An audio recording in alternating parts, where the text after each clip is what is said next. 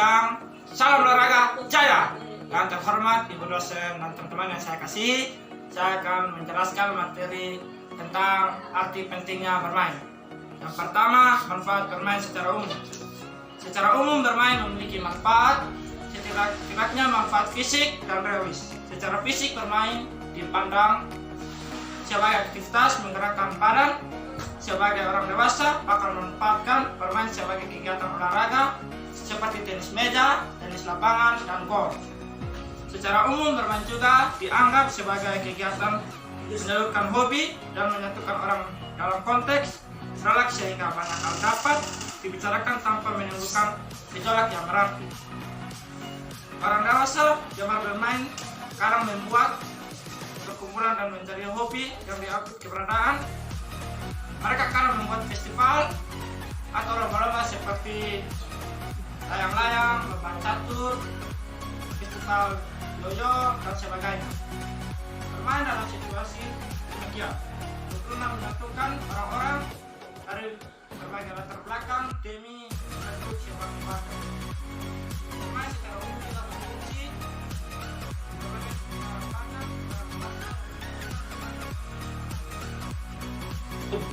bermain sebagaimana dinyatakan Sigmund Freud pada tahun 1958 juga bermanfaat sebagai terapi.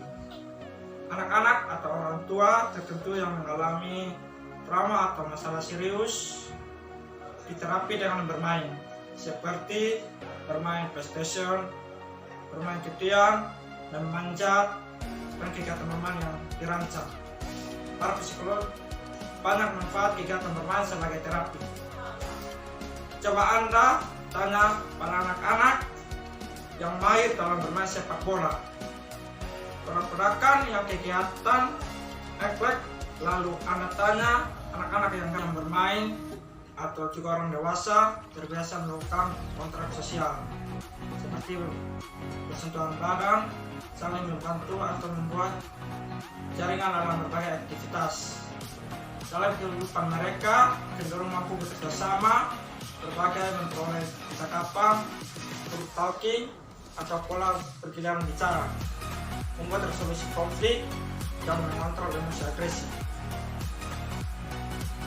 Teman mungkin sepakat bahwa bermain menguras perhatian. Saat bermain, anak atau orang tua terlihat menikmati dan fokus. Mereka mengamati jatuhnya ke lereng, membuat pemikiran jarak, dan mengontrol kekuatan energi untuk menyentuh ke lereng dengan cepat. Yang kedua, manfaat bermain bagi anak usia dini. Anak pasti suka bermain. Bermain juga membuat anak ceria dan berbahagia. Ya betul, bermain memang tepat dan penting bagi anak. Pertumbuhan dan perkembangan mereka, berbagai pendapat yang didasarkan pada observasi dan riset menunjukkan bahwa anak tidak dapat dipisahkan dari bermain. Bermain merupakan faktor yang paling berpengaruh dalam periode perkembangan dari anak, yang meliputi dunia fisik, sosial, sistem komunikasi. Bermain berkaitan erat dengan pertumbuhan. Beberapa ahli pengikut Vygotsky yakin bahwa bermain mempengaruhi perkembangan anak melalui 3 cara. Yang pertama, bermain menciptakan sort of proximal developmental atau disebut ZPD. Anak yakni wilayah yang menghubungkan antara kemampuan aktual anak dan kemampuan potensial anak. Kedua, bermain memfasilitasi separasi atau pemisah pemikiran objek dan aksi. Di dalam bermain, anak lebih menuruti apa yang ada dalam pemikirannya daripada apa yang ada dalam realita. Yang ketiga, bermain mengembangkan penguasaan diri. Dalam bermain, anak tidak dapat bertindak sembarangan. Anak mesti bertindak sesuai skenario atau bertindak sebagai bayi, misalnya harus meniru tangis bayi berhenti ketika sang ayah membusuknya. Kegiatan menangis ini merupakan tingkah laku yang disengaja menggunakan fungsi metal yang tinggi. Hal ini memungkinkan sesuatu yang disebut ZPD untuk perkembangan fungsi mental yang lebih tinggi. Selanjutnya, bermain mengembangkan kognitif anak. Bermain membantu anak membangun konsep dan pengetahuan. Anak-anak tidak membangun konsep atau pengetahuan dalam kondisi yang terisolusi, melainkan melalui interaksi dengan orang lain. Bermain membantu anak mengembangkan kemampuan berpikir abstrak. Proses ini terjadi ketika anak bermain peran dan bermain pura-pura. Vygotsky menjelaskan bahwa anak sebenarnya belum mampu berpikir abstrak. Makna dari objek masih berbaur menjadi satu.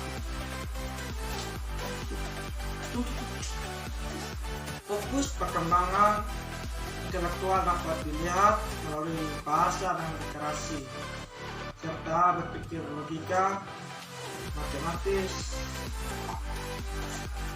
Bermain mendorong anak untuk berpikir kreatif, mendukung pertumbuhan pemikiran kreatif, karena dalam bermain anak memilih sendiri kegiatan yang mereka sukai. Belajar membuat identifikasi tentang banyak hal, belajar menikmati proses sebuah kegiatan, belajar menonton diri mereka sendiri, mengenali makna sosialisasi dan keberadaan diri di antara teman sebaya. Ketika tidak dihalangi untuk melakukan hal-hal yang mereka harus melakukannya dan terus berusaha untuk mencapai hal yang lebih baik lagi. Kreativitas akan terpuruk saat demi saat, tahap demi tahap. Lihat Cipahor pada tahun 1991. Einstein sebagai disitir Hudson pada tahun 1973 memiliki keyakinan bahwa bermain kombinasi combination play menjadi bagian penting dari pikiran kreatif anak. Lebih lanjut, Hofstede pada tahun 1996 menambahkan bahwa permainan membentuk satu bagian dari 6 wilayah pembelajaran yang salah satunya disebut wilayah kreatif. Wilayah-wilayah ini merupakan suatu yang esensial karena harus diberikan oleh teman anak-anak kepada anak didik. Hofstede pada tahun 1996, SCA pada tahun 1997, dalam Kraft pada tahun 2000. Kita mengembangkan kesadaran diri. Bermain mengembangkan kemampuan bantu diri biasa disebut self-care. Melalui bermain anak menemukan, mengembangkan, meniru dan mempraktikkan rutinitas hidup sehari-hari. Bermain kemungkinan anak-anak berkerukunan dengan aturan Montessori melalui bermain. Anak juga membuat variasi aturan melalui permainan pura-pura. Bermain memberikan pelajaran penting tentang keselamatan dan kesehatan diri melalui bermain. Anak belajar dari peka terhadap isu-isu keselamatan diri seperti dialog kesehatan, menghindari akibat kejahatan, menghindari pencurian, dan menyelamatkan diri dari gempa atau tsunami. Bermain mengembangkan kemampuan anak membuat keputusan dan diri melalui bermain. Guru dapat membantu anak-anak melaksanakan bermain berbasis proyek. Pengembangan sosial emosional anak.